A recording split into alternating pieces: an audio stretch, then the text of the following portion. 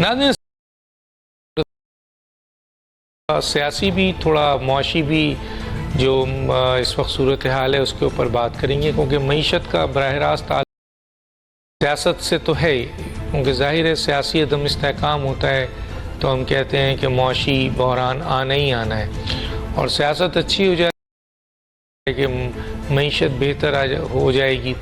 हालांकि इस वक्त जितनी भी सियासी जमातें हैं, क्योंकि इलेक्शन का ज़माना है और तमाम सियासी जमातें के लिए अब पर तोल रही हैं और आगे बढ़ रही हैं और आवाम से वोट चाहती हैं, लेकिन एक जो सवाल पैदा होता है वो ये है कि किसी सियासी मैप नहीं है कि मईशत की बहाली के लिए उन्होंने क्या इक़दाम उठाना है और आवाम को बदतरीन मसाइल से, बेरोज़गारी से, महंगाई से और बहुत सारे मसले हैं उससे कैसे निकालना है। क्योंकि ये तो सबको पता है कि एक्सपोर्ट बढ़ा दें, इंपोर्ट कम कर दें, टैक्स नेट छोटी सनतों को फ़रोग़ दें, फला दें, ये दें, वो दें, आपके इस पर टैक्स लगाएं, इनको पकड़ें, कि भाई इस तरीके से अगर हम करेंगे तो पाकिस्तान के मुआशी मसाइल भी हल होंगे और आवाम के मसाइल भी हल होंगे। तो वो रोड मैप किसी सियासी जमात के पास नहीं है, लेकिन इक़्तिदार के लिए इस वक्त जो है वो सब के सब जो है वो की तरफ देख रहे हैं। हालांकि अवाम और बिजनेसमैन इस वक्त मौजूदा जो केयर टेकर गवर्नमेंट थी उससे बहुत खुश थी कि जनाब बड़ी तेज़ी से डॉलर अपना आराम से आहिस्ता आहिस्ता नीचे आ रहा था और टारगेट भी दिया था तो वजारत तजारत ने कि 200 हो जाएगा। इसाक डार साहब दे के गए थे 240, लेकिन यहाँ तो 276 पे आके फिर बढ़ने लगा है। और क्रैकडाउन्स भी जो हो रहे थे वो क्रैकडाउन्स में भी कमी नज़र आ रही है। तो ओवरऑल सिचुएशन आलमी मंडी में तेल की कमी तो हुई और यहाँ डॉलर भी गिरा, लेकिन आम लोगों के लिए जो महंगाई थी वो अभी तक ख़त्म नहीं हुई है। और निगरान हुकूमत मुसलसल अपने फ़राइज़ जो निगरान हुकूमत के फ़राइज़ है उसके बजाय वो अब तरक्याती फ़ंड भी दे रहे हैं, पॉलिसीज़ भी बना रहे हैं, प्लानिंग भी कर रहे हैं और बहुत सारे ऐसे इक़दामात में इंटरफेयर कर रहे हैं जिसका अंदाज़ा ही नहीं है कि ये निगरान हुकूमत है या आगे भी ये हुकूमत जाएगी। मौजूदा इस वक्त जो सियासी हालात हैं उस सियासी हालात में एक दूसरे का गिरबान खींचा जा रहा है, एक दूसरे के ख़िलाफ़ आवाज़ बनाई जा रही है और संगीन किस्म के इल्ज़ामात लग रहे हैं निगरान हुकूमत पे भी कि ये जानिबदार है और इलेक्शन कमीशन पे भी जानिबदार है। एक सियासी जमात को रेड कार्पेट दिया जा रहा है, दूसरी सियासी जमातों को दीवार से लगाया जा रहा है। अगर ऐसी सूरत हाल और ऐसी ही लड़ाई रही तो इलेक्शन अगर इन्हीं हालात में हुआ तो इलेक्शन तो अभी से मुतनाज़ा है। तो गोया अगर इलेक्शन हो गया और रिज़ल्ट सही नहीं आया और इन पार्टियों ने जिन्होंने अभी से ये क्लेम किया है कि ये इलेक्शन मुतनाज़ा है, ये इलेक्शन गलत तरीके से चल रहा है, जानिबदारी हो रही है, तो फिर वो कैसे मानेंगे। चुनांचे आने वाले वक्त वो अगर मुतनाज़ा माना जाएगा तो फिर सियासी अदम इस्तेहकाम होगा इलेक्शन के बाद और सियासी अदम इस्तेहकाम का बराह रास्त ताल्लुक़ होता है। तो ऐसी सूरत हाल में क्या सूरत हाल बनेगी, क्या इक़दाम होगा, आगे हम कहाँ जाएंगे, क्या कंडीशंस होगी और इस वक्त मौजूदा मुआशी सूरत हाल कैसी है, किस तरीके से एक्सपेक्ट किया जा रहा था वही सूरत हाल है या चीज़ें जैसे स्टॉक एक्सचेंज के बारे में कहा कि जी बहुत ही ऊपर चला गया, लेकिन और बहुत सारी चीज़ें ऐसी हैं जो क्वेश्चन मार्क है। तो मेरे आज के मेहमान हैं, उनसे बात करेंगे। मियां जाहिद हुसैन, मैं नेशनल बिजनेस ग्रुप, आपका बहुत शुक्रिया सर आपने ज्वाइन किया। अहमद चुनाय साहब बिजनेसमैन है, समाजी रहनुमा है, आपका भी बहुत शुक्रिया आपने हमें ज्वाइन किया। ख्वाजा सुहैल मंसूर बिजनेसमैन भी हैं और रहनुमा है पाकिस्तान पीपल्स पार्टी के, आपका बहुत शुक्रिया। आज तकरीबन निगरान हुकूमत को काफ़ी अरसा हो गया है, बहुत ज़्यादा तो नहीं, लेकिन आप जो 3 साल 7 माह इमरान खान की, उसके बाद 16 महीने, उसके बाद इनिशियल निगरान हुकूमत और अब कहाँ मईशत पे खड़े हैं, किस जगह पाकिस्तान की इस वक्त मईशत है, पाकिस्तान की इस मईशत को क्या क्या इस वक्त मसाइल हैं, क्या प्रॉब्लम्स हैं, कौन सी चीज़ों पर काम हुआ, किन चीज़ों पे काम नहीं हुआ, थोड़ा इस पर बताएंगे सर। जी बिस्मिल्लाहिर्रहमानिर्रहीम, आपका बहुत बहुत शुक्रिया। देखिए, पाकिस्तान की इकनॉमी मैं आज भी कहता हूं और कल भी आपके प्रोग्राम में आके मैंने कहा था कि इस वक्त बिल्कुल राइट डायरेक्शन में है। ये जो आप इस वक्त बात कर रहे हैं कि जब हम प्रोग्राम से शुरू होने से पहले भी बात कर रहे थे कि जो है वो डॉलर जो है वो रुक गया आकर और फिर बढ़ना शुरू हो गया, तो देखिए बात ये है कि मैंने बड़ा बरमला ये कहा था कि पाकिस्तान की हिस्ट्री में ये अनप्रेसिडेंटेड है कि 50 रुपए डॉलर जो है वो नीचे आया हो। हालात जो है स्मगलिंग के वो मैं समझता हूँ कि बहुत हद तक काबू में आ गए थे, और अब भी जो है वो मैं समझता हूँ हम राइट डायरेक्शन में है। डॉलर के जो बढ़ना है वो एक नेचुरल फोर्सेस हैं, ये तलब और रसद का मामला है, और तलब और रसद के मामलात में कभी ये भी हो सकता है कि थोड़ा सा बढ़ना शुरू हो जाए या थोड़ा सा गिरना शुरू हो जाए, लेकिन अल्टीमेटली जो हम टारगेट की बात कर रहे थे 250-60, वो मुझे बहुत ज्यादा देर नहीं लगती। आज भी पाकिस्तान में इन्वेस्टमेंट के बड़े मौके हैं। पाकिस्तान में जो मईशत की अबतर हालत थी वो बेहतरी की तरफ गामजन हो गई है, और इसमें थोड़े बहुत अप्स एंड डाउन रूटीन का मामला है। ये नहीं हो सकता कि जो है वो सिलसिला चलता रहेगा। रही बात स्मगलिंग की, तो जाहिर है जिस जोशो खरोश से उसके ऊपर रुकावट आई थी और स्मगलिंग बंद हुई थी, तकरीबन मैं समझता था कि 80-90% बंद हो गई है, वो शायद अब वो सूरत हाल लोगों की नज़र में जो है वो खराब होती जा रही है, और लोग ये समझते हैं कि स्मगलिंग दोबारा बढ़ रही है। लेकिन मैं फिर ये कहता हूँ कि ये एक बीच का वक्फा है, एक लंग पीरियड जरूर आता है, लेकिन मैं ये बरमला कहता हूँ कि जो मेरी मुलाकातें हुई हैं मौजूदा गवर्नमेंट से, मौजूदा फाइनेंस मिनिस्टर से, उनका बरमला ये कहना है कि ये सारी चीजें जो हैं उनको जो है वो हम एक होलिस्टिक व्यू में लेके चल रहे हैं, और ना सिर्फ इंशाल्लाह ये स्मगलिंग जो है वो उसका मुकम्मल खात्मा करेंगे, बल्कि ये डॉलर एक्चुअल वैल्यू पे जो है वो बहुत जल्द आ जाएगा।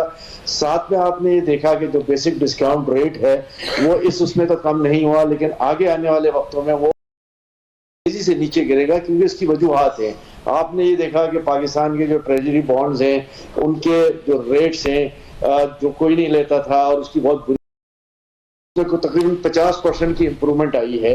तो इसका मतलब ये है कि अब दुनिया का ट्रस्ट लेवल, दुनिया का कॉन्फिडेंस जो है वो पाकिस्तान की इकोनॉमी पर आ रहा है, और इसका मुख्तलिफ फोरम पे किया जा रहा है।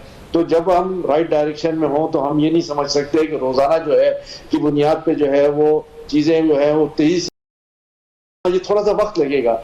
आपको ने जब हमने स्टॉक मार्केट की बात की थी पिछले प्रोग्रामों में, और मैंने आपसे कहा था कि स्टॉक मार्केट में बड़ी वसी गुंजाइश मौजूद, तो लोगों का पैसा जो है उस स्टॉक मार्केट की तरफ लेकर आना, डिस्पाइट द फैक्ट कि जी 22-23% हमारा बेसिक इंटरेस्ट रेट चल रहा है, ये एक अच्छा अमर है कि जो एक्चुअल वैल्यू है, जो पी रेशियो जिसको कहते हैं, वो 2 और 4 के दरमियान हमारा हैंग अराउंड हो रहा है, जो एक्चुअल 12-13 के दरमियान जाना चाहिए था।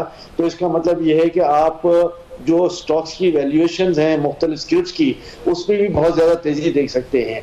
पाकिस्तान की तारीख में 55,000 पॉइंट पर स्टॉक के इंडेक्स का आना का जो है वो उस तरफ चौक जाना, मैं समझता हूँ कि एक पैराडाइम शिफ्ट है, और ये तमाम मईशत की बहाली और उसकी बेहतरी की इशारा है। हमें इस वाज़े इशारे को ले लेना चाहिए, हमें इसको समझ लेना चाहिए।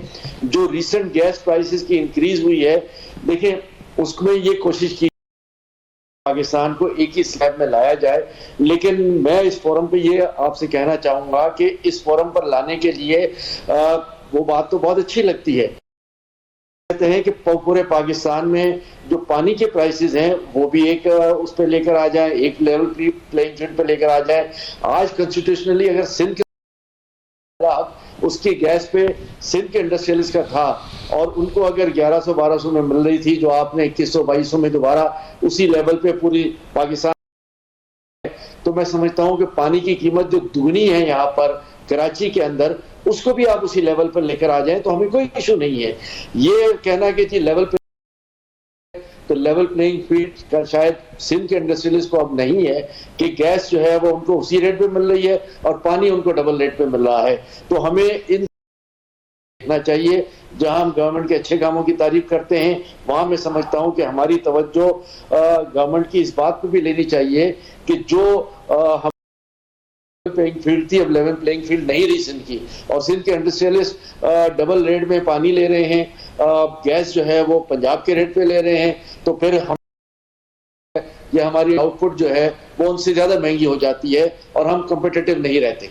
ठीक है, आगे मैं आपसे आपके ही सवाल से सवाल निकालूंगा।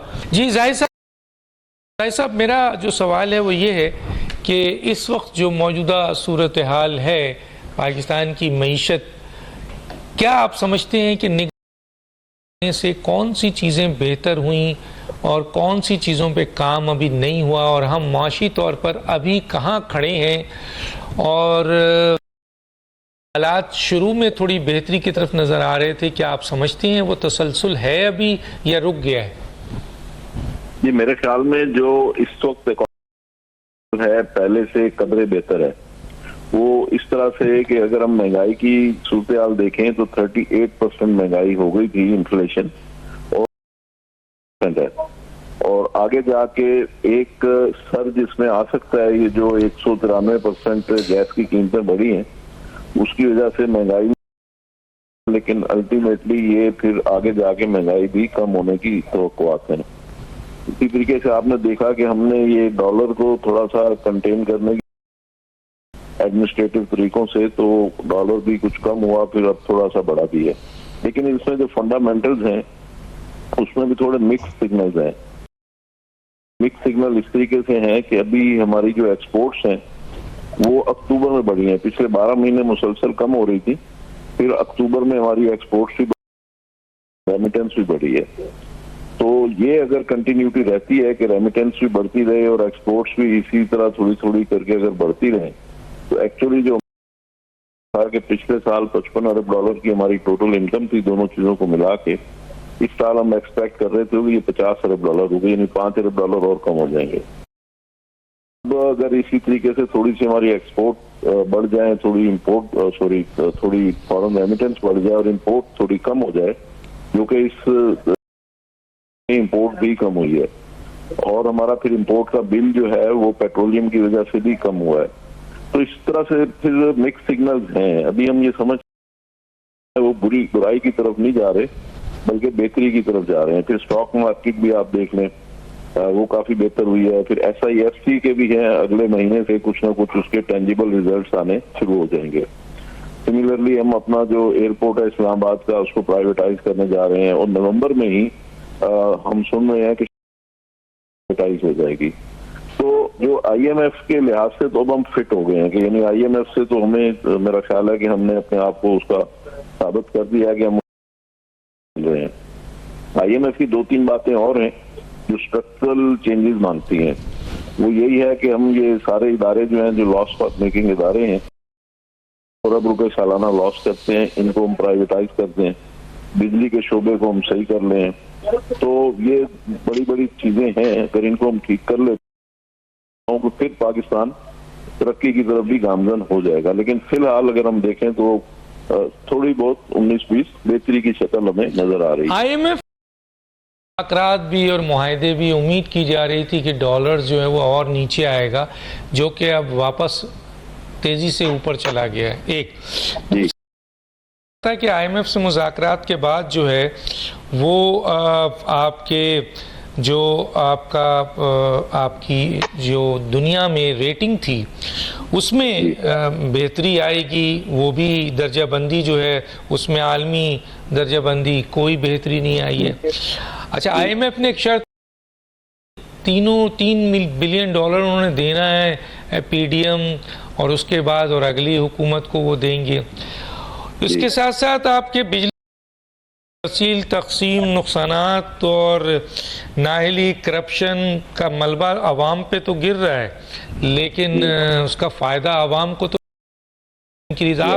आप ये कह रहे हैं कि जी महंगाई गिरी है, लेकिन आम लेवल पर तो महंगाई कहीं से गिरी हुई नजर नहीं आ रही है। लोग तो आज भी रो रहे हैं, वो तो क्या महंगाई है।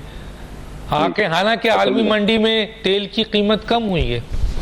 जी नहीं, अगर हम देखें डॉक्टर साहब, तो हमने पेट्रोल की कम हुई है, जो 40-45 रुपए लीटर हमारे यहाँ कम हुई है, और अब इंटरनेशनल मार्केट में और गिर रही हैं। लेकिन ये कि हमारे यहाँ फिर डॉलर एक दफा नीचे आने के शुरू हुआ है, तो उस वजह से शायद हमें अब जो फर्दर जो डिक्लाइन है पेट्रोलियम प्राइसेस का, उसका बेनिफिट आवाम को पास ऑन ना हो।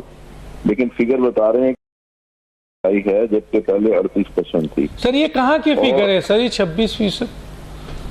कल मैं अखबार में पढ़ रहा था, उन्होंने इस वक्त 36% पे पहुंच गई है। ये आपके पास फिगर कहाँ से है? आपसे कि अभी ये जो हमने गैस की कीमतें अभी बढ़ाई है ना 1 नवंबर से, फिर एक दफा महंगाई में सर, मैं तो आज की बात कर रहा हूँ सर, मुझे तो आज की बात करें, जो भी बढ़ाया हो कम किया हो, क्योंकि हम तो उम्मीद कर रहे थे डॉलर नीचे आ रहा है तो महंगाई से मुआहदा हो गया है तो महंगाई कम होगी, लेकिन आम आदमी को अगर इसका आलमी मंडी में तेल कम नीचे गिर गया है तो महंगाई कम होगी, लेकिन साहब किसी को भी फायदा नहीं है, वो तो वही पोजीशन पे है। और आपका 36% सुना है कि हो गया, मैं तो पढ़ रहा था सर। वो हमने जो 1 नवंबर से गैस की कीमतें इंक्रीज की हैं वो उसका इम्पैक्ट है और वो होना है। ज़ाहिर है, मैंने यही कहा आपसे कि गैस की कीमतों की वजह से महंगाई जाएगी और वो आ रही है। अब सिचुएशन यही है कि आगे चल के हम किस तरीके से इसको मैनेज करते हैं। मैंने गुजारिश ये की थी कि हमने IMF पॉइंट ऑफ व्यू से अपने आप को फिट कर लिया है और उनके साथ तो हमने कंपेटिबल कर लिया है, इसलिए IMF की ट्रांच तो मिलने में कोई ज्यादा दिक्कत नहीं होगी। लेकिन IMF ने मजीद ये भी कंडीशन है उनकी कि जी आप रिटेलर पे टैक्स लगाएं, होलसेलर पे आप टैक्स लगाएं और ये गवर्नमेंट के एक्सपेंसेस कम करें। तो गवर्नमेंट के एक्सपेंसेस कम करने का मतलब वही है कि आप जो SOEs हैं यानी लॉस मेकिंग एंटिटीज हैं गवर्नमेंट की, उनको आप ठीक करें ताकि उसमें लॉस ना हो। लेकिन सर उन्होंने ये भी कहा है, अभी जो मैं पढ़ रहा था, कि ज़राअत की इनकम पे टैक्स लगाएं, रियल एस्टेट पे टैक्स लगाएं, ठीक है सर, ये भी कहा है। तो फिर उस पे क्या हो रहा है सर? पे और होलसेलर और रिटेलर पे, ये 4 शोबों पे उन्होंने कहा टैक्स करें और इनको टैक्स करने के नतीजे में हमें 4000 अरब रुपए का जो इस वक्त हमारा जो पोटेंशियल है टैक्स में, वो हमें अचीव हो सकेगा। लेकिन ये बड़े मुश्किल फैसले हैं क्योंकि आप देखें जब आप रिटेलर होलसेलर पे जाते हैं तो शटर पावर है, अगर आप ज़राअत पे जाते हैं तो उसमें पॉलिटिकल प्रॉब्लम्स हैं।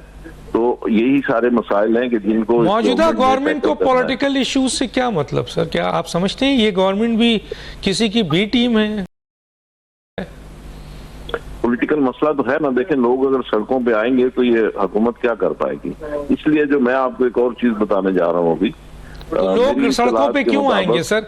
ये तो गरीब आदमी को रिलीफ मिलेगा और बड़े बड़े जागीरदारों और उनके इनकम पे टैक्स लगेगा और रियल एस्टेट पे, तो गरीब आदमी क्यों आएंगे सर रोड पे?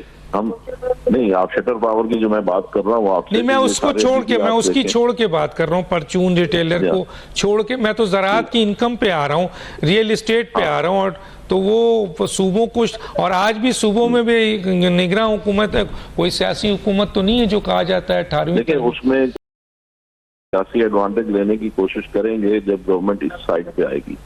लेकिन मैं अब आपको ये बताने की कोशिश कर रहा हूँ कि अभी थोड़े दिनों में आप शायद महसूस,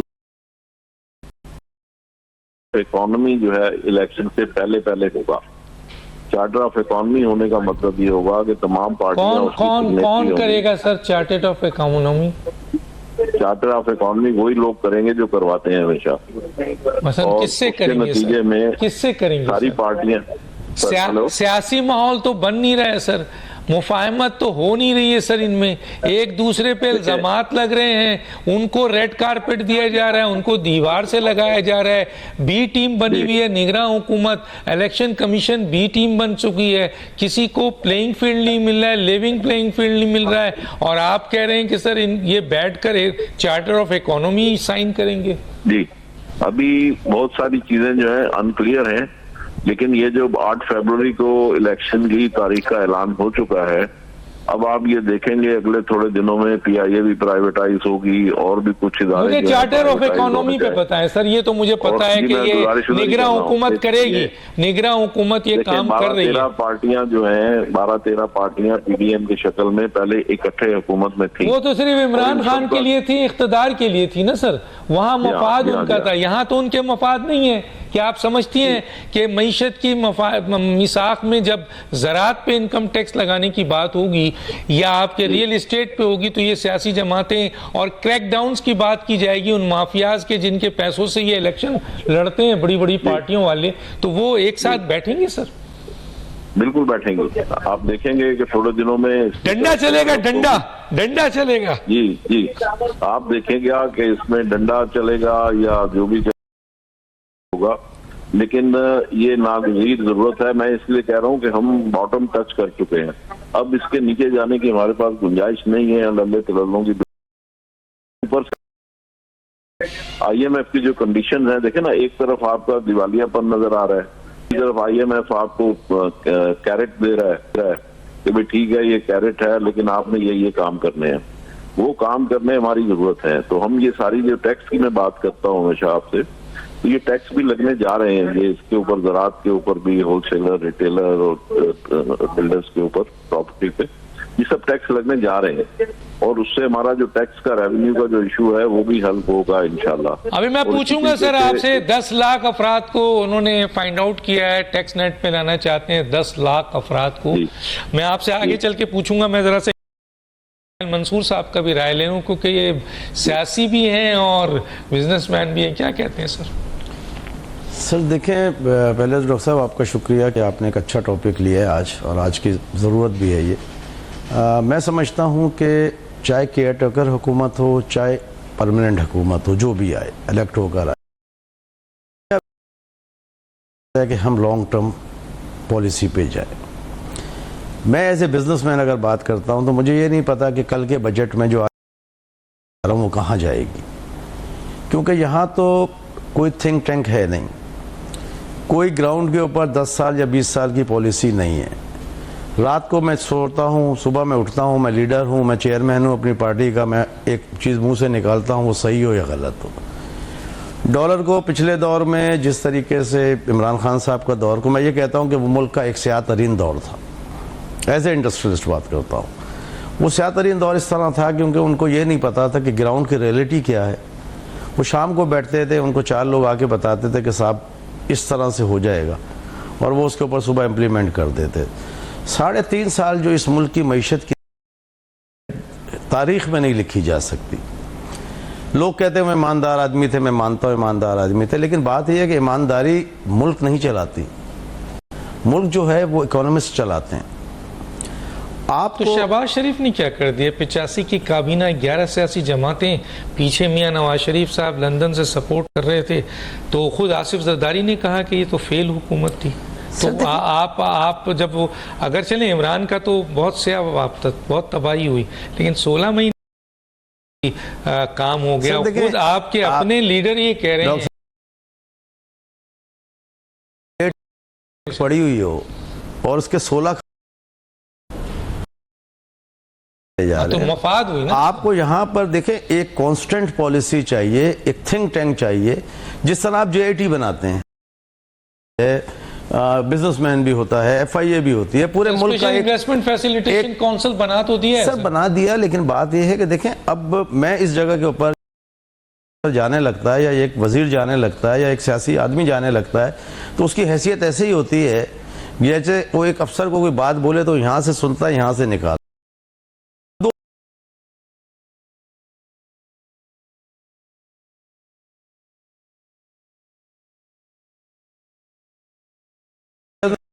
पहले दिन कह दिया था कि आप कब तक हैं, हम तो हैं, ठीक है ना। सवाल ये है कि जो केयर टेकर गवर्नमेंट ने काम किया वो बहुत अच्छा किया, क्योंकि उनके किसी के साथ कोई लालच नहीं था, कोई उनके साथ कोई किसी के मामलात नहीं थे, सियासी चीजें नहीं थी।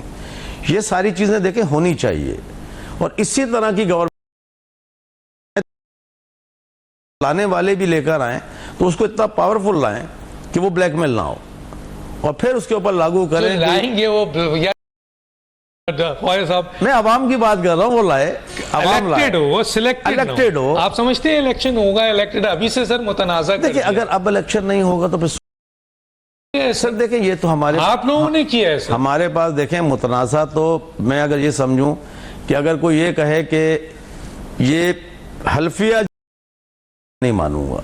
देखें ना, मैं तो ये समझता हूँ कि मैंने जीतना है, आपने नहीं जीतना।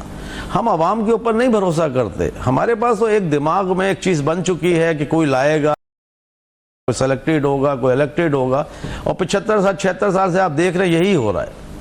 कोई ये कहता है कि जी मेरे वहां ताल्लुकात हैं, कोई कहता है मेरे यहाँ ताल्लुकात हैं, मुझे वो सीट आज से होके कर दी गई है, मुझे ये सीट आज से होके कर दी गई है। सही तरीका नहीं है। एक बार इस कौम को जो भी हो ये समझिए कि एक वाइप अप करना पड़ेगा कि आपको इलेक्शन में अभी अपने मफादात को छोड़ के, मैं इलेक्शन तो बाद में जाऊंगा, अभी आपको लग रहा है कि ये वाइप आउट हो गया है, हर सियासी जमात वोटर्स के की जा रही है और कौमी मफाद में काम कर रही है, और जैसे जाहिद साहब ने बड़ी जबरदस्त बात की कि जी मईशत पे मीसाक के लिए बैठेंगे, आपको नजर सर देखें बात यह है कि आज नून जो है वो एमक्यूएम से इत्तेहाद कर गई, तो आज जेडीआई से इत्तेहाद करने आ रही है, तो ठीक है। अब मुझे एक बात सुने, मिसाक के मईशत की बात तो फिर पहले होनी चाहिए कि हम इत्तेहाद तब करेंगे कि भाई ये मईशत का मैप रोल है, अपना रोड मैप है, इसके ऊपर तो पहले बात करो। मतलब ये कह रहे हैं आप कि निकाह पहले कर लो या वलीमा पहले कर लो, निकाह बाद में कर ले। बड़ी जबरदस्त बात कर दिया सर। बात ये है कि तय होगा कि मेरी क्या डिमांड है, क्या ये तो इस वक्त मुल्क की क्या मफाद। सर देखें अब इस वक्त एमक्यूएम है, ये वही एमक्यूएम है और वही नवाज शरीफ हैं दूसरे के दस्तों गिरबान थे और जिन्होंने कहा कि पाकिस्तान के अंदर दहशतगर्दी फैलाने वाली एमक्यूएम। सर एमक्यूएम का क्या मतलब, मैं कहता हूं कि जमीर फरोश कि जब पीटीआई आई तो अपनी 14 जीती हुई सीटें जो हैं 2 मिनिस्ट्रियों के लिए उनके पांव में डाल दी। जब तो उन्होंने देखा कि जी अब नवाज शरीफ वहां जाके उनके पांव में बैठ गए। इत्तेहाद हो चुका है उनका 16 महीनों में। जी बैठ गए उनके साथ इत्तेहाद रखा। अब जब उन्होंने देखा कि पंजाब में हवा चल रही है कि नवाज शरीफ वजीर आजम आएंगे, तो आज उनकी गोद में बैठ गए। सर मेरी एक बात सुने, पीपल्स पार्टी वालों के साथ भी रहे हैं सर, पीपल्स पार्टी के साथ है कि कल अगर पीपल्स पार्टी ने इंशाल्लाह सिंध में हुकूमत बना ली तो इनका आधा टोला चला जाएगा इस्लामाबाद और आधा टोला कहेगा हमें यहाँ ले लें। अच्छा। अभी तो इनके है तो क्योंकि इनका तो फिर मईशत पे मिसाक कैसे होगी सर? इनकी तो मिसाक अपने पर नहीं है, तो फिर तो वो तो जो मियां जाहिद साहब बात कर रहे हैं, मैंने आपसे एक प्लेट बना, आप अगर ये कहेंगे कि हर प्लेट में तुम्हारा हिस्सा है तो माशाल्लाह से आप हमारे सियासतदानों के हाल दे सकते हैं जिनके पाँव में जूती नहीं थी। आज किसी गाड़ी पे चले गाड़ी तो किसी को तोहफे में मिल गई होगी, पेट्रोल कहां से अफोर्ड करता है? मैं तो नहीं कर सकता, मैं तो 1100 सीसी गाड़ी में चल रहा हूं। सर महंगाई का जहां तक आपने सारी चीजों का हल सिर्फ एक ही है, सियासी इस्तेकाम और एक रोड मैप जो 10 साल 20 साल का इस मुल्क में कोई भी गवर्नमेंट आए, लेकिन वही नजर नहीं आ रहा। नहीं सर, अगर नहीं नजर आ रहा तो फिर अल्लाह ताला से हम दुआई करेंगे। ऐसे ही हालात में अगर इलेक्शन हुए जो इस वक्त जो इस आप इल्जामात के साथ, अगर ये इलेक्शन हो गए ऐसे ही तो रिजल्ट तो मांगनी है। जब रिजल्ट नहीं मानेंगे तो इसका मतलब है कि सियासी अदम इस्तेकाम। आप महंगाई की बात कर रहे हैं, हम हर जगह अपने खर्चे घटा सकते हैं, लेकिन इस वक्त हम जंगी हालत में हैं। हमारे मुल्क में इस वक्त साइलेंट कोल्ड जंग चल रही है। हमें क्या अखराजात नहीं चाहिए वहां? आज हमें वेपन भी चाहिए। कहां से लाएंगे सर? सर देखिए अब इसका गरीब आवाम को चूसेंगे सर और इसमें से IMF जो टैक्स पेयर है उन्हीं को चूसेंगे। नहीं सर, IMF को मैं वो कहां है सर? देखिए IMF को मैं इससे कि सर अगर मैं अपना पैसा किसी को दूंगा, आपको दूंगा, उन्होंने तो बताया आपको, इवन के रियल एस्टेट। सर मुझे एक बात बताइए, तरमीम भी बताई, मैं अभी पढ़ टैक्स पॉलिसी में तरमीम की बात IMF ने इनको दी। सर देखें मेरी एक बात सुने, ये हमारा कसूर है ना 70 साल का, IMF का तो नहीं है। हम तो IMF के साथ शुरू से हैं, तो उन्होंने अपने पैसे को सिक्योर भी करना है क्योंकि उनके पास भी किसी का पैसा है। आपको चाहे रिटेलर हो चाहे एग्रीकल्चर, इस मुल्क के अंदर ये मेरे ड्राइवर को भी टैक्स देना चाहिए। ठीक है, जब टैक्स आप देंगे, आज दुनिया के अंदर दुनिया में सिंगल डिजिट है ना, 9% जो है क्या 22 17% 22%। तो बात ये है क्यों रिटेलर ना दे? आप सिर्फ एक जगह पे बैठ जाइए, एक फ्रूट का ठेला है सर, एक से 3 लाख रुपए महीना कमाता है। ये तो मैं बहुत छोटी मिसाल में देख रहा था, मैं बहुत छोटी सी मिसाल दे रहा हूं। मैं अभी चाइना गया तो टैक्सी के अंदर उसने कार्ड से मुझे रसीद निकाल के दी और नीचे 7% टैक्स था। तो सर मुझे सर आप चाइना की बात कर रहे हैं, मैं इंडिया में देखा कि अभी वो क्या सब्जी वाला और सर आपके घर पे अगर आती है सब्जी तो आपको जो राइडर आता है वो साथ में मशीन लाता है और कार्ड है। सर मैंने $10,000 चाइना में, मुझे बैंक ने नोटिस भेज दिया कि 10,000 RMB, हालांकि क्या 5 लाख रुपए हुए, 6 लाख रुपए हुए, उन्होंने कैश कैसे लिए? माशाअल्लाह। तो सर ये इस मुल्क को आपको अगर लेके जाना है, हर आदमी को टैक्स देना पड़ेगा। हर आदमी को। मैं सोल्यूशन पे आऊंगा, मुझे एक ब्रेक के लिए आ जाऊं, एक छोटा सा ब्रेक, फिर वापस आते हैं।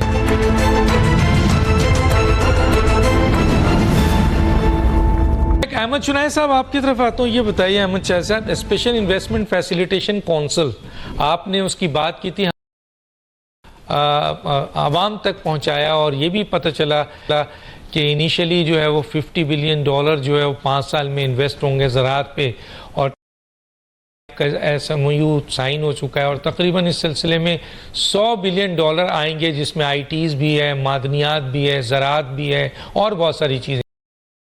सर इस पे देखिए, मैं समझता हूँ कि इसकी बड़ी अच्छी पेशरफ्त है।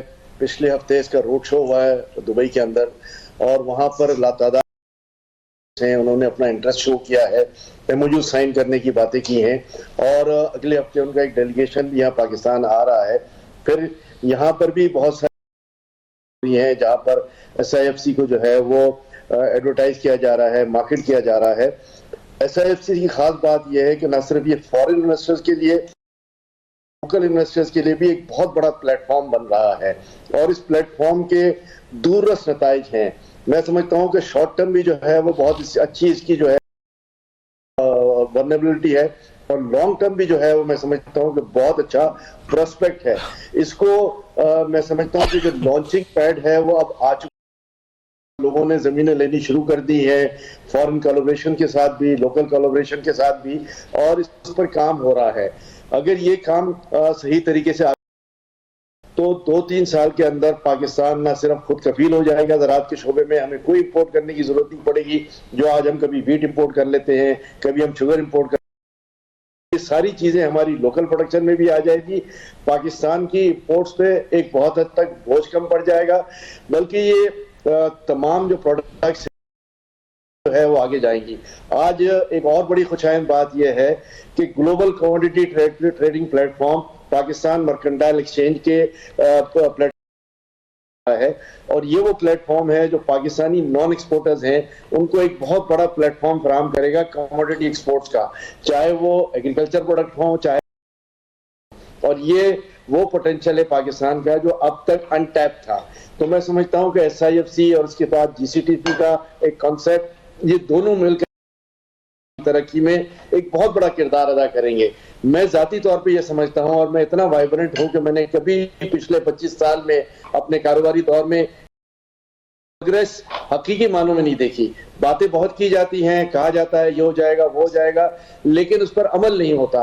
आज जब अमल करने की बात आ गई है, लिया है, यहाँ लोकल 3-4 बड़े बड़े ग्रुप्स हैं, उन्होंने जमीनें ले ली हैं और उस पर काम शुरू कर दिया है, तो आने वाले वक्त जो है वो पाकिस्तान के लिए बड़े खुशाइंद है।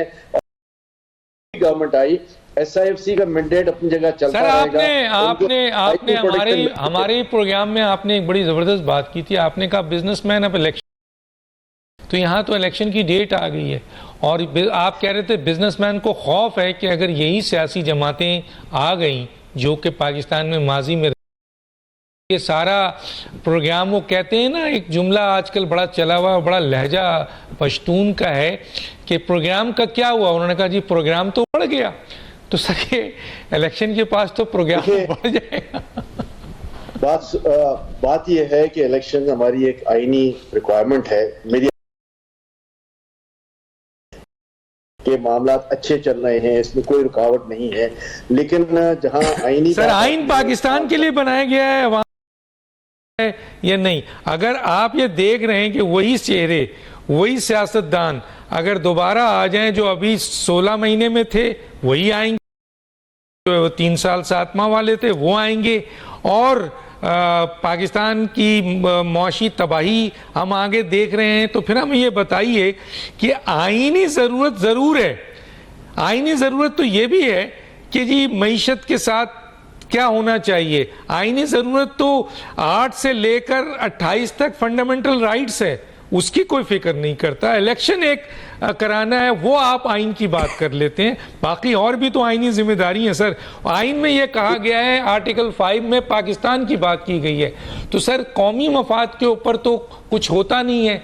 तो अगर नहीं होगा तो फिर आइनी रिक्वायरमेंट है कि आप रेफरेंडम करवा लीजिए, ठीक है ना, लोगों से पूछ लें। जी क्या कहेंगे? देखिए, आपकी बात बिल्कुल ठीक है, किससे कोई इंकार नहीं है। आज भी मैं ये कहता हूं कि बिजनेसमैन को ये सूट करता है कि ये जो केयर टेकर गवर्नमेंट है, जिसमें हर बात जो है वो एज पर लॉ चलती है, इस पे कोई सिफारिशात की बात नहीं होती, इसमें कोई जाती मफादात नहीं होते और इसमें कोई कॉन्फ्लिक्ट ऑफ इंटरेस्ट नहीं होता। जहां इलेक्टेड गवर्नमेंट्स आती हैं, जाहिर है जाती मफादात भी होते हैं, कॉन्फ्लिक्ट ऑफ इंटरेस्ट भी हो जाते हैं, और हम ये समझते हैं कि मामलात जो है वो बेहतरी के बजाय खराबी की तरफ चले जाते हैं। लेकिन एक बात मैं समझता हूँ हम सबके लिए बाइस इत्मीनान है कि SIFC का एक अपना इंडिपेंडेंट रोल है जो आईनी तौर पे दे दिया गया है, और उसकी जो इस्लाहात हैं या उसके जो इनिशिएटिव्स हैं, उन इनिशिएटिव्स को जो है वो रोका नहीं जा सकता।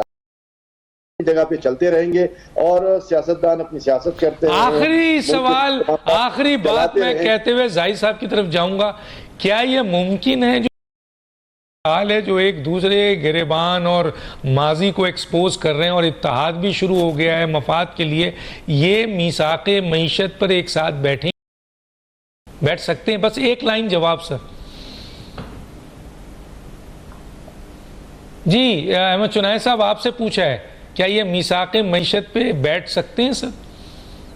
जी बिल्कुल, देखें मीसाक़े मईशत पर बैठे तो बहुत अच्छी बात है। इसमें इसका हमेशा से जो है वो बिजनेस कम्युनिटी की तरफ से भी, तरफ से जो इकोनॉमिस्ट हैं पाकिस्तान के, सर बहुत अच्छी बात है, मैंने यहाँ पूछा ही नहीं है, मैं तो ये कह रहा हूँ ये बैठेंगे सियासतदान जो इस वक्त जो मौजूदा सियासतदान है? मैं समझता हूँ बिल्कुल बैठेंगे, और डंडे के जोर पे बैठेंगे।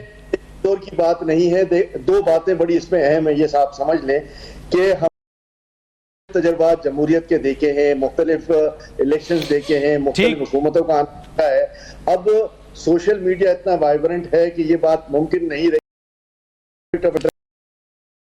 अब जो पार्टी, पॉलिटिकल पार्टी मुल्क को माशी तरक्की की तरफ ले जाने की बात करेगी, मीसा के किसी एक के पास रोड मैप नहीं है अहमद चुनाय साहब, किसी एक के पास भी नहीं है सर। मैं आता हूँ, मैं आगे आता हूँ, मैं आप जाहिद साहब से पूछ लेता हूँ। जाहिद साहब आप देते रहे और बड़ी सही बात करते रहे, मैं आपके साथ खड़ा होता हूँ कि सोलर सिस्टम किया जाए, एनर्जी बड़ा मसला है, चोरी होती है, अरबों रुपए का करप्शन होता है, लेकिन बिजली की पैवार, तरसील, तकसीम के नुकसानात, नाअहल करप्शन, मलबा आवाम पे 2.6 खरब गर्दिशी कर्जा, कहाँ खड़े हैं सर? जी मैं बता रहा हूँ आपको कि हमने IMF के पॉइंट ऑफ व्यू से तो अपने आप को फिट कर लिया है। यानी कहने का मतलब यह है कि अब इंटरनेशनल अरीना में जो हमें लोन चाहिए, जो हमारी दूसरी पॉइंट ऑफ व्यू से, वो तो हमारी मैनेज हो जाएंगी।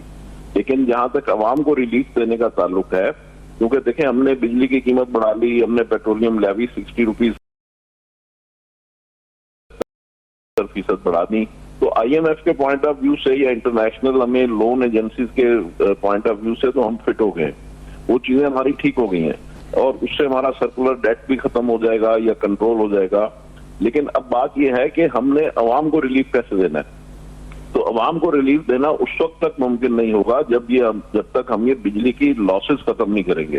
यानी हमने वो लॉसेस अवाम के ऊपर रेट बढ़ाकर हमने कवर कर लिए ना, तो अब वो लॉसेस जो हैं वो के तौर पर आप दे रहे हैं, तो वो चीजें जब तक हम कंट्रोल नहीं करेंगे तो उस वक्त तक अवाम को रिलीफ देना मुमकिन नहीं होगा। इसी तरीके से महंगाई की अगर हम बात करते हैं, जरा बिजली पे आ जाए, पहले बिजली पे सोलर सिस्टम क्यों नहीं लग रहा है सर, क्या वजह? अब सोलर सिस्टम के ऊपर अगर हम आ जाते हैं तो सोलर सिस्टम के ऊपर भी मेरी कुछ बात बाद में मुझे वो लग रहा है कि बड़ी तेजी से उसके ऊपर वो काम करने जा रहे हैं और सोलर सिस्टम के ऊपर भी बड़ी तेजी से अमल होगा।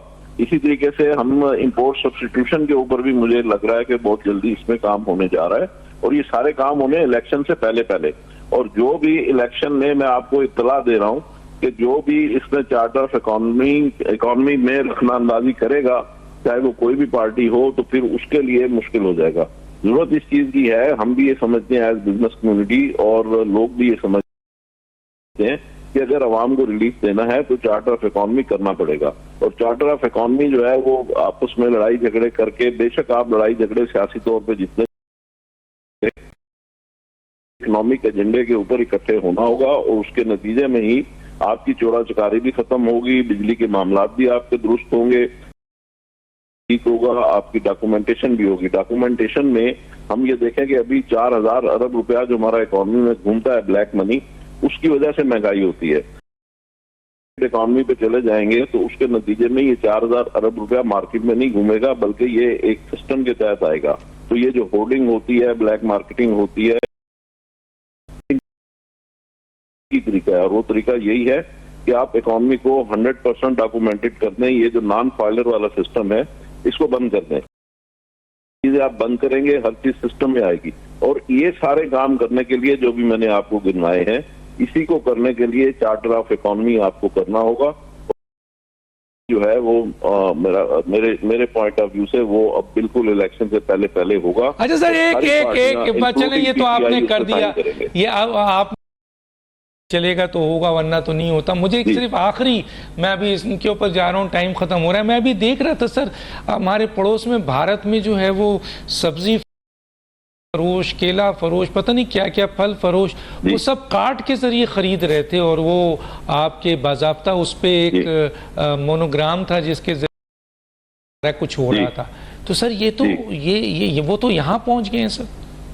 हाँ, तो मैं यही गुजारिश कर रहा हूँ कि ये चीजें कोई रॉकेट साइंस नहीं है। जो भी आपने कहा कि जी एजेंडा ही नहीं है, तो मैं यही कह रहा हूँ कि ये कोई रॉकेट साइंस नहीं है। हर आदमी को इस इकोनॉमिक एजेंडे का पता है और पाकिस्तान में भी हर आदमी को पता है कि ये किस तरीके से ये सारे मैनेज नहीं है। ये चीजें ठीक हो जाएंगी और ये कुछ मतलब दुनिया में अगर आपने चलना है, दुनिया के साथ चलना है, तो ये सारी चीजें आपको ठीक करनी पड़ेंगी। इसके अलावा अब आपका दुनिया में काम करना पॉसिबल मुश्किल है और आप देखें अगले 1-2 महीने में ये ठीक हो जाएंगे। चले 1-2 महीना गुजर जाएगा, आप भी अल्लाह ताला मौजूद रहे, मैं भी मौजूद हूँ, फिर मैं आप खुदा करे कौमी मफाद में सारे फैसले हों, इंडिविजुअल मफाद में ना हो, इंशाल्लाह। जी जनाब, ये आप कैसे सिचुएशन के बारे में बात की जा रही है कि ये सॉल्व हो जाएंगे सर? जैसे ये चूचू का मुरब्बा बन रहा है, तो इसकी तो मिसाल के जमहूरियत की एक टोकरा रख दीजिए और सब मक्खियां आके उस पर खा लें। देखें, या तो फिर कोई सिंगल पार्टी जो भी है, अभी तक पीपल्स पार्टी ने किसी से इत्तेहाद नहीं किया, तो किसी से ब्लैकमेल ना हो। देखें ना, 4 सीटें मेरी हूं, मैं कहता हूं जी मैं आज निकलूंगा कल गिर जाएगी। लानी से मुराद आप अवाम की तरफ है। वैसे तो गेट नंबर 4 पे पाकिस्तान की तमाम सियासी जमातें लाइन लगा के खड़ी हुई हैं और वो कह रही हैं हमसे ज्यादा वफादार कोई और नहीं सर, है। देखें, मैंने आपके प्रोग्राम में एक बार, पिछले प्रोग्राम में एक बात कही थी कि सर हर उस आदमी को चांस दीजिए जिसकी कमीज पे धब्बा ना हो। देखें ना, स्क्रूटनाइज देना इलेक्शन से। नहीं सर, मैं नहीं कहता निकाल दें, आप स्क्रूटनी करें। आप बोलें जी देखें, बात यह है कि जब मेरी कोई क्लियरेंस होती है, इवन अमेरिका का वीजा अप्लाई करता हूं तो वो मेरी क्लियरेंस करते हैं, मुझे स्क्रूटनाइज करते हैं कि कहीं मैं मनी लॉन्ड्रिंग में हूं, किसी और गलत काम में हूं। आपके पास ये कौन सा सारे सियासतदानों की एक स्क्रूटनी करें? और जरूरी नहीं है कि ख्वाजा सोहेल ही सियासतदान है, हो सकता है ख्वाजा सोहेल से कोई बेहतर आदमी हो, उसको आप क्यों नहीं चलाएंगे? हो सकता है इस बात से मेरी पार्टी को भी बुरा लगे, लेकिन मैं ये कहता हूं कि देखें, जब ये मुल्क है, मेरा मफाद इस मुल्क से, मुल्क रहेगा तो मुझे वजीर आजम भी बनने को मिलेगा, मुझे सदर भी बनने को मिलेगा, मुझे वजीर भी बनने को मिलेगा। अवाम बहुत पिस चुकी है। अब हम ये बात करते हैं कि एक्सपोर्ट बढ़ाएं। अफसोस की बात यह है कि आपका जो चावल है वो आपसे ईरान मांगता है। मेरे साथ गवर्नमेंट ऑफ पाकिस्तान बैठ जाए, मैं तेल इनको गारंटी कर रहा हूं। आपके पास चावल है? चावल है, बिल्कुल। देखिए, आपको क्या करना है कि आपने अपनी जो एग्रीकल्चर पे जाना पड़ेगा। ये कंट्री है ही एग्रीकल्चर, सिर्फ कॉटन भी एग्रीकल्चर है ना, जिसको टेक्सटाइल आप कहते हैं। उस जमाने में सिर्फ टेक्सटाइल थी, आज फ्रूट है जिसको आप वैल्यू एडिट कर सकते हैं। आपको क्या जरूरत है कि आप घास उगाएं, उस जगह के ऊपर आप सेब उगाएं, उसको एक्सपोर्ट करें। अफसोस की बात यह है कि आप 22,000 टन आम जो है ईरान जाता है, लेकिन उसका पैसा लीगल नहीं आता। स्टेट बैंक को पता ही नहीं है, हालांकि लीगल क्रॉस कर रहा है बॉर्डर। सर बहुत सारी जगहों पे ऐसा है जहां पे आपको कैप करना पड़ेगा, जहां पे आपको प्लग करना पड़ेगा। हमारे पास गवर्नर स्टेट बैंक बैठे हुए हैं माशाल्लाह से, बहुत होंगे, लेकिन मैंने कहा एक टीम ऐसी होनी चाहिए जिसके अंदर एक वो आदमी भी हो जो ठेले वाला है, वो ये बताएगा आपको कि जी ठेले से टैक्स कैसे लेना है। कहते हैं कि नहीं जी हमने अपने टेबल के अंदर बैठ के, असेंबली के अंदर बैठ के कानून बनाना है। आज तक कभी कोई सियासतदान जो है या कोई वजीर खारजा खजाना जो है, उन्होंने किसी चैम्बर की, किसी फेडरेशन की मिसाल ली कि जी ये क्या करना है। आप लाइए FBR को सीधा सीधा रखिए, फेडरेशन बोलें जी 4,500 या 9,500 अरब चाहिए, आप सेक्टर बताइए कौन कौन से, जो सेक्टर पूरे करेगा उसको नहीं तंग करेंगे। लेकिन यहां तो पेट एक नोटिस निकालते हैं, चाहे कुछ भी हो या ना हो, वकील से आधे पैसे ले लेते हैं, वो भी पार्टनर हैं।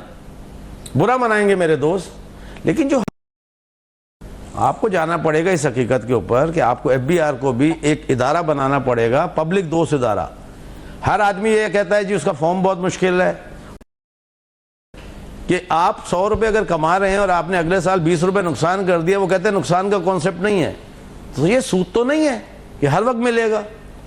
आप इन इदारों को पहले सही करें। हम फाइलर और नॉन फाइलर का फर्क ही नहीं खत्म। हाँ, आप पहले इन इदारों को सही करें। जब ये दोस्त इदारे हो जाएंगे तो लोग नहीं डरेंगे। फिर सबसे बड़ी बात, पाकिस्तान माशाल्लाह से एक निहायत ही अच्छे इंसान और अच्छे फैसले करने वाले आदमी आए हैं, लेकिन मैं उनसे एक रिक्वेस्ट करूंगा, वो सिर्फ अपने सुप्रीम कोर्ट 14 या 15 जजों तक महदूद ना रहे, वो नीचे भी देखें हाई कोर्ट में क्या हो रहा है, सेशन कोर्ट में क्या हो रहा है, सिटी कोर्ट में क्या हो रहा है। सर उन ये फोरम बहुत अच्छा है, लेकिन सर यहां लोगों को इंसाफ मिल रहा है। सालों साल से लोग जो हैं धक्के खा रहे हैं। सर कोई टाइम बार होना चाहिए कि इस केस की ये मुद्दत होनी चाहिए, इतने दिनों में 23 लाख 24 लाख केसेस है पूरे। सर 24 लाख केसेस है ना, 55,000 एक बात बताइए, केसेस हैं। अरब का बजट है, क्या 200-300 अरब का बजट क्या जजेस के लिए नहीं बढ़ा सकते कि बढ़ा के आप जजों को पूरा कर दीजिए? तो बढ़ा दिया, मराहत में बढ़ा दिया। सर नहीं, देखें मुझे एक जज साहब आते हैं, जज साहब 9 बजे आते हैं, 1-1.5-2 घंटे तो वो पहले पेशियों को, उसके बाद 2 घंटे के बाद उनको दूसरे बेंच में जाना है। सर एक जो साहिल है, जो एक फरियादी है, वो कोई हैदराबाद छोड़ के आ रहा है, कोई अपने घर के बच्चों को छोड़ के आ रहा है, उसका इंसाफ नहीं देख रहे, उसका इंसाफ नहीं उनका है ही नहीं। इंसाफ तो उन बड़े उमरा का है जिनके केस चल रहे हैं। हाँ? तो सर बात यह है कि आप अगर सिर्फ एक मईशत की बात करते हैं तो मईशत से नहीं काम होगा। इंसाफ बहुत बड़ी, इंसाफ सबसे पहले होगा जब मुझे ये पता होगा कि मैं ऊपर उंगली उठा रहा हूं और डॉक्टर दानिश मेरे ऊपर अगर कोर्ट में जाएंगे तो मुझे सजा होगी। सर उस दिन माशरा सुधरेगा ना। अच्छा ये बताएं सर, क्रैकडाउन हुए हैं, ईरानी तेल जो है पर 29 पॉलिटिशियंस और 95 इंतजामी लोगों का नाम है। वाटर टैंकर के हवाले से लोग पकड़े गए, जखीरा अंदोजों के हवाले से, सुने हाँ। हवाले से जनाब सबकी जमानतें हो गई होंगी। मैं जमानतें नहीं हुई अभी। तो मैं ये बताएं कि उसके अलावा जो आपके डॉलर स्मगलर थे और ये हुंडी, ये सारे पकड़े, किसी का एहतसाब नजर आया? सर मैं कहता हूं नाम आए या ना आए, मैं तो एक बात जानता हूं, सर जुडिशरी जिस दिन देखें आपके ऊपर क्यों सर केस कानून, सर केस वहां जाएगा जुडिशरी पे तो एक्शन होगा। सर बात यह है कि अगर जुडिशरी जिस दिन स्ट्रांग हो गई, उस दिन क्या किसी FIA किसी पुलिस वाले की ताकत है? जब कोर्ट बुला के पूछता है तो वहां तो IGP जो है वो कमीज ढीली कर लेता है ना सर। तो सर मैं तो यही कहता हूं, मिसाके मईशत से बड़ा जो मिसाके इंसाफ है वो बहुत, अगर वो हो गया तो सब कुछ हो जाएगा। तो मेरी अगर चीफ जस्टिस साहब ये बात सुन रहे हैं तो सर अपने कोर्ट तक महदूद ना रहे, वो पाकिस्तान के चीफ जस्टिस है, नीचे आए या नीचे आए। पाकिस्तान की तबाही का 76 साल में कई इंस्टीट्यूट के लोग शामिल हैं, उनमें फौज से भी हैं, उनमें ब्यूरोक्रेसी भी है, सियासतदान भी हैं, उनमें मीडिया भी है, उसमें अदालत। लेकिन याद रखिए सबसे बड़े जिम्मेदार जो हैं वो पाकिस्तान के इंसाफ में जो लोग मौजूद हैं यानी अदालतों में, वो जिम्मेदार हैं। तीनों मेहमानों का बहुत शुक्रिया। डॉक्टर दानिश को याद दीजिए। अल्लाह हाफ़िज़।